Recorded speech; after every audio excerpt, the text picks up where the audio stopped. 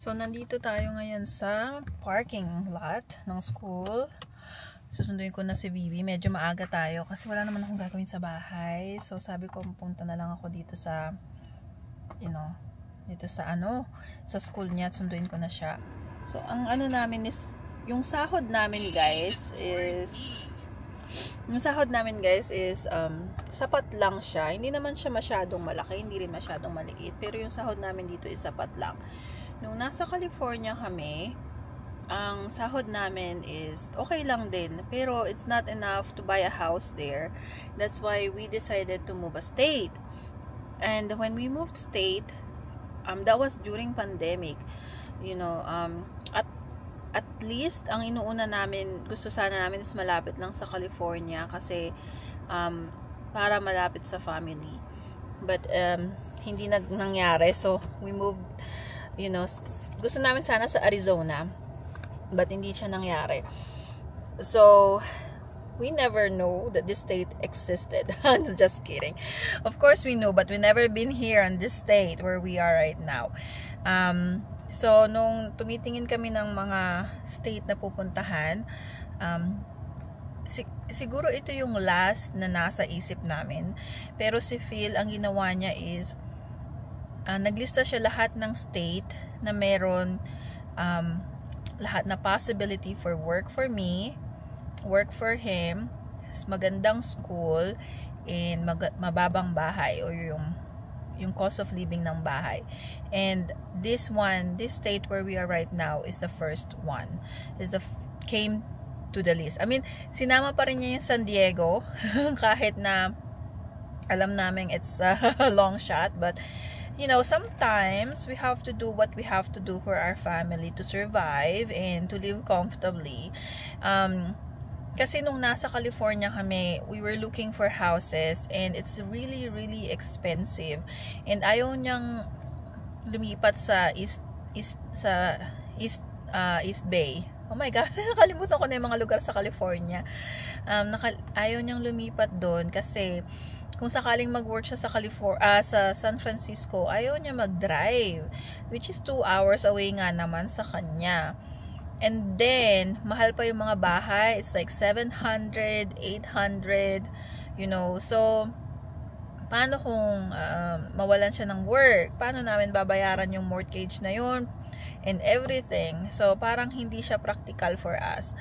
And then, we were looking also for a house na merong in-law suite para sa mom ko and sa sa kapatid ko, kasi gusto namin magkakasama kami and wala kaming makita sa price range namin. So we didn't have any choice but to move. Also at that time, we didn't have enough money for down payment. So ang ginawa namin guys, dahil pandemic, parang right timing na naman siya, Si Danica is homeschooled and then si Vivi is not going to school anyway. She was only 3 or 4, I think. And then si Phil nag-work sa home, so siya nagbabantay sa mga bata. And then I work 16 hours for 6 days sometimes straight para makaipon kami ng for down payment. And sure enough, after 6 months, we were able to save money for down payment namin sa house. So, hindi namin alam, if that's enough, if that was enough. But when we had enough money that we know that we can buy a house, we start, looking, pre-approved, So, we're looking for houses here. When we moved, it was so hard because I think that time people were buying houses. And pag nag-offer kami, at that day, dalawa kaming mag-offer dun sa bahay na yun.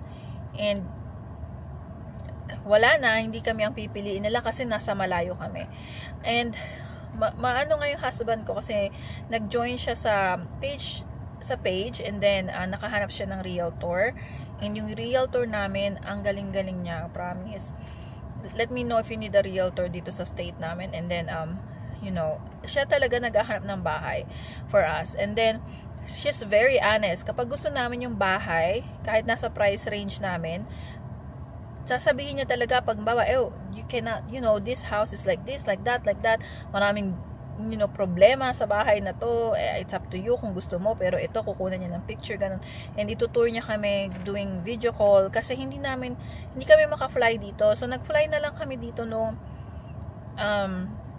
nag-closing na ng house, doon na lang kami nag-fly para mag-sign, and I was very happy, kasi at least, we were able to secure a house, kasi ngayon, kung iisipin ko, if ngayon lang kami bibili ng bahay, I don't think, of course, we will be able to maybe put a down payment, kasi kung nagwo-work pa rin ako sa California, I will be able to save money, but then the mortgage is gonna be expensive, and the rate, so yeah, right now we are very happy where we are.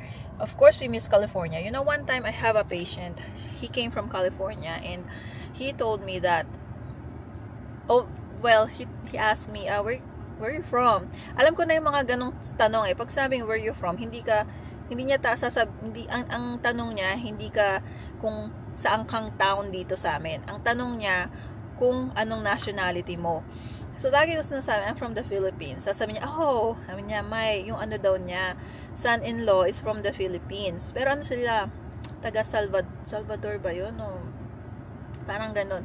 Tapos, Spanish Tapos, sabi niya, they're from California.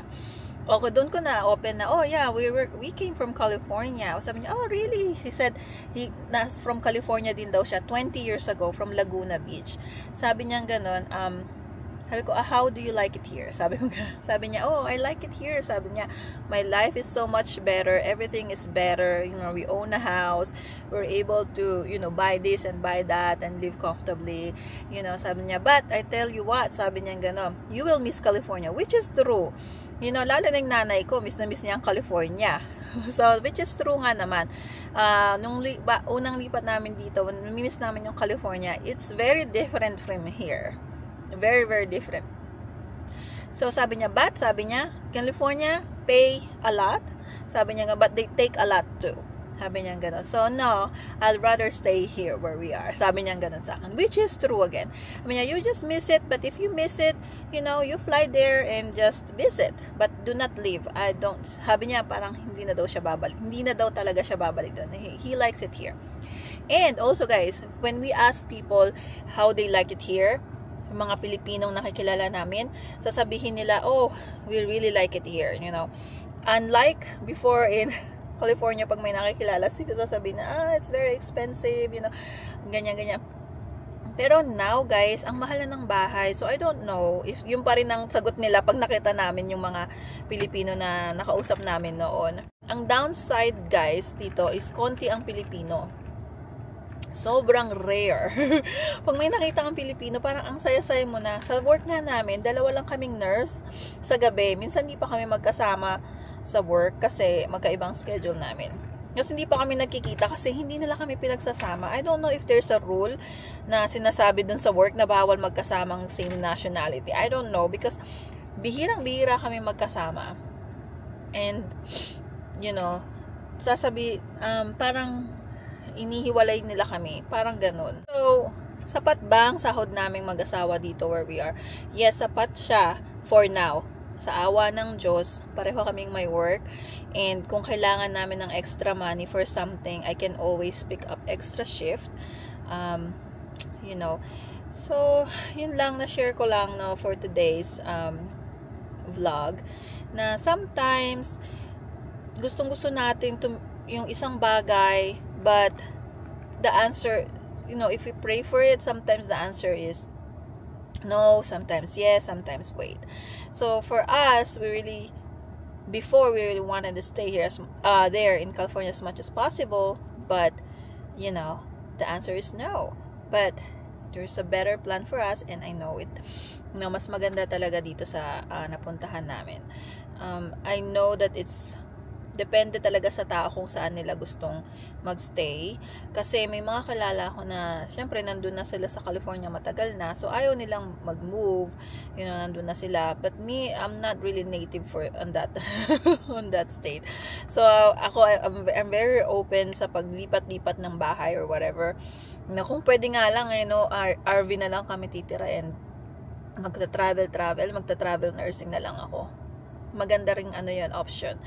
Ayan, may dumating na package. Tingnan natin. Ito yung bluey na Kipi-Yapi. Kipi-Yapi na in-order namin sa Amazon. Hold on.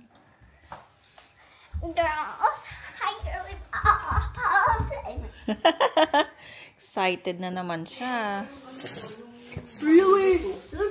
Bakit? Hati? Di ba binenta yung Hati pala yun.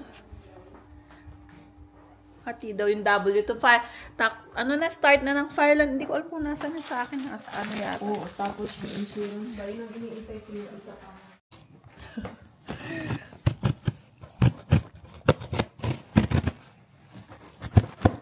Na naman binili nitong batuta na to. Actually, nakita ko ito sa internet. Yung Kipi-Yapi. Oh, sorry.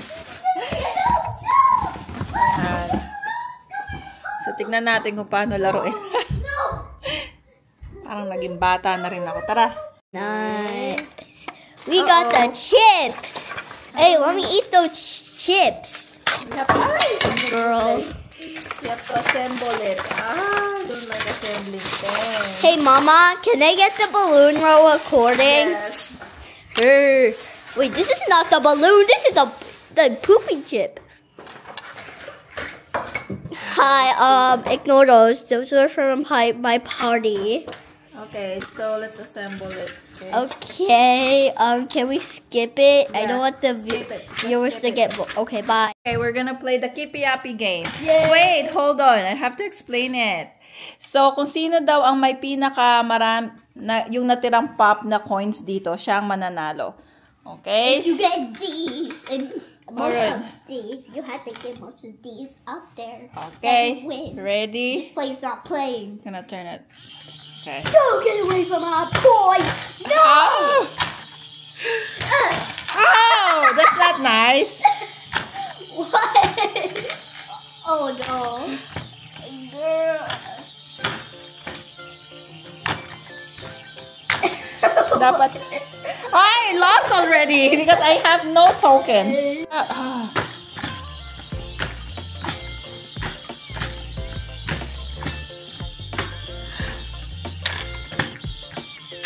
Oh man, I lost.